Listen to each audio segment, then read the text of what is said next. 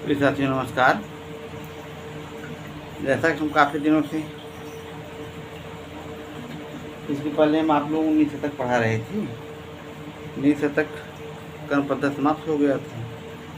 अब परिशिष्ट है, परिशिष्ट बचा हुआ है। परिशिष्ट में लगभग मिला जुला के लगभग 20-21 श्लोक हैं। 21 श्लोक तो हम इसको पढ़ दे रहे हैं और हम इसका व्याकरणात्मक जो मुख्य होगा हम आप लोगों को करा देंगे। परिशिष्ट में जो है एक पहला है, आलस्यम ही मनुष्याणाम शरीरस्थो महारिपु नास्त उद्यम समो बंधु त्वायम नावहीन। कहने का आशय ये है, आलस्य जो होता है मनुष्य के देह में रहने वाला सबसे बड़ा शत्रु है। उद्यम से समान मित्र नहीं। उद्यम करने से मनुष्य कभी दुखी नहीं उठाता, कभी निराश नहीं होता। कहने मतलब ये है कि परिश्रमी व्यक्ति हर जगह आगे रहता है। ये हो गया। इसमें आपका जो आपका है उद्यम समय, यहाँ तृतीय तत्पुरुष समास हो जाएगा।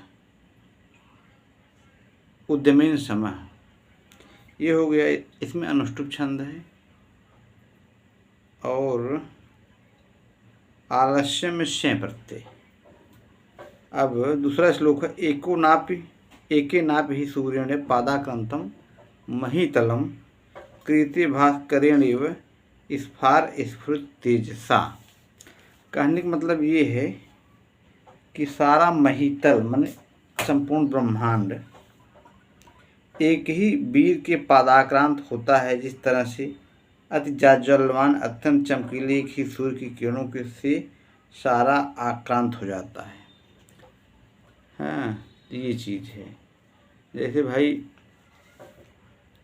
कोई भी व्यक्ति हो, एक ही व्यक्ति संपूर्ण एक ही सारा महितल एक ही वीर से पदाक्रांत होता है। जैसे कोई प्रधानमंत्री हो जाए, देश का जो प्रधानमंत्री होता है वो एक ही तो होता है, वही भाव है। यहाँ महितल में आपका षष्ठी तत्पुरुष हो जाएगा और स्फुरत तेजसा में बहुब्रीहि समास हो जाएगा। भास्करण्यो में सूर्य। तीसरा है, को नयाति वंशम लोके मुखे पिंडेन पूरितः मृदंगो मुखलेपिन करोति मुख मधुर ध्वनिम। मैंने जब किसी मुंह भर दिया जाए, मैंने कहना मतलब खिला पिला करके किसी को भी अपने बस में किया जा सकता है, ये बात है। चौथा है, यदि नाम दैवगत्या जगत सरोजम कदाचिदपि जातम अवकर निकरम विकृत तत्किम कुकु कृक वाकुरु हंस है। कहने मतलब यह है कि कहने भाव ये है कि ये संजोग बस सारा संसार कमल विहीन हो जाए तो क्या हंस मुर्गी के जैसा कूड़े के ढेर को खरोचने लगेगा। कहने मतलब हंस जो होता है वो हंस ही रहेगा, मुर्गा नहीं हो जाएगा।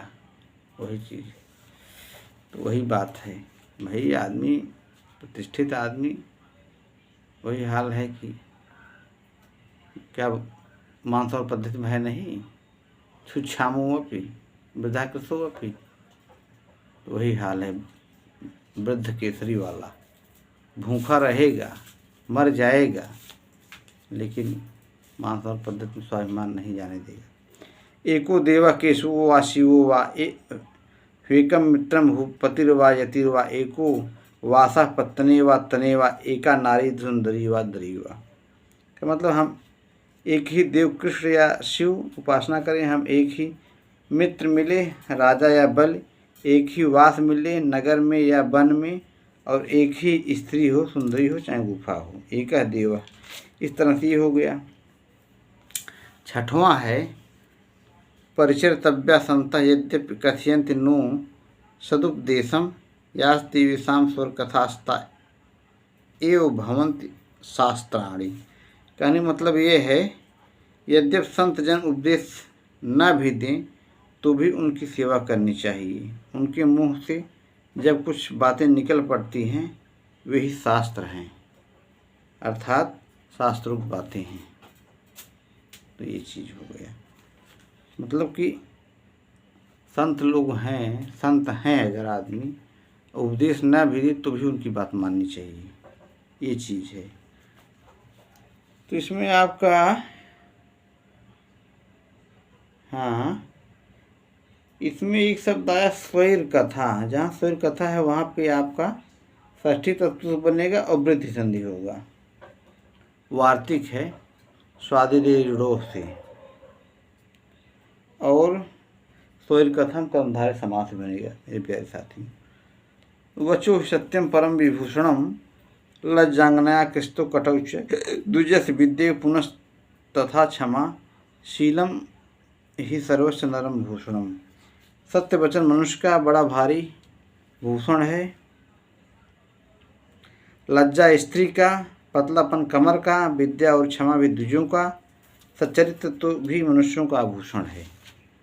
तो अब इसमें भर्तृहरि बाबा ये कहते हैं, अग्राह्यम हृदयम यथैव वदनम यद्दर्पांतर्गतम भावः पर्वत सूक्ष्म मार्ग विषमः स्त्रीणाम न विज्ञायते चित्तम पुष्कर पत्र तोयतरलम विद्वद्भिः आशंसितम नारीणाम विशांकुरयुलता दोषैः समं वर्धिता। कहने मतलब ये है, बता रहे जिस तरह से दर्पण में प्रतिबिंब चेहरे को पकड़ना कठिन है, उसी तरह से स्त्रियों के हृदय को भी जानना कठिन है। भाई जिस तरह से प्रतिबिंब दर्पण में प्रतिबिंब को आदमी पकड़ नहीं सकता है, उसी तरह से स्त्रियों का जो चरित्र होता है उसको जानना बड़ा कठिन है। उनके अंतःकरण का भाव जानना उतना ही कठिन है जितना पहाड़ की पतली राह पर चलना, पहाड़ पतली राह का पता लगाना।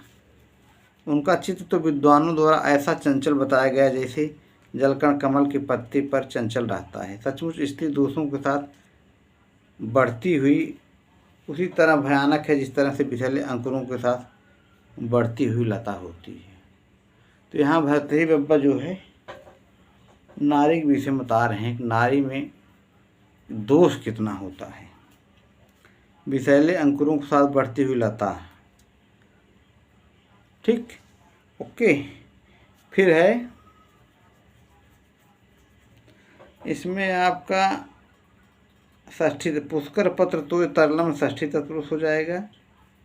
अब है क्षुद्रासंत सहस्रशः सुभर्ण व्यापार मात्रोद्यता स्वार्थो यश परार्थ एवं पुमानेक सताम अग्रणी दुष्पूर्दा विवत स्रोतः पतिम बाडवो जीमूतस्तु निधाग संभृत जगत संताप वच्छितये। कहने का मतलब ये है कि हमारे हजारों नीच पुरुष हैं जो अपने भरण पोषण में व्यस्त रहते हैं, जो पराये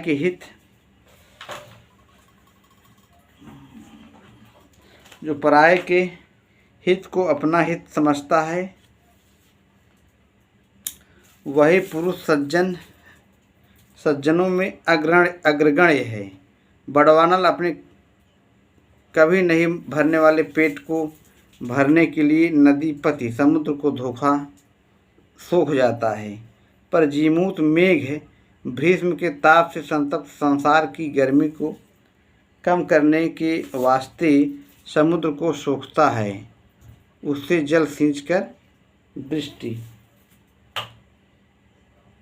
करता है। ये चीज़ है। कहने मतलब ये है कि क्षुद्र लोग हैं, केवल अपना पेट भरने की सोचते हैं, ये भाव है।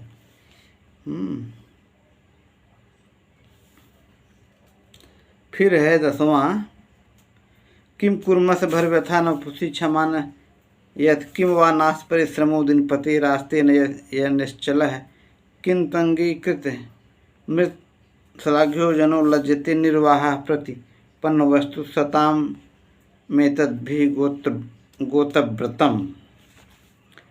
कहने मतलब है कच्छप देव जो पृथ्वी को अपनी पीठ पर से अलग नहीं फेंक देते, सो क्या बोझ के मारे उनकी देह में पीड़ा नहीं होती। सूर्य जो कभी नहीं निश्चल खड़ा नहीं हो जाते, तो क्या थकावट नहीं आती। सो बात है कि प्रशंसनीय पुरुष अपनी अंगीकृत वस्तुओं को छोड़ने में मन में लजाते हैं,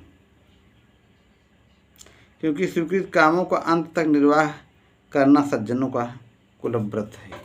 मेरे प्रिय साथियों, इस तरह से ये आपका 10 श्लोक संपन्न हो गया। अब बच रहा है आपका 11 श्लोक, आगे नेक्स्ट वीडियो में। तब तक के लिए धन्यवाद। आपका जय प्रसाद दुबे आपके लिए समर्पित। नमः संस्कृताय। आपका दिन शुभ हो। इसी के साथ मैं अपनी वाणी को विराम दे रहा हूँ।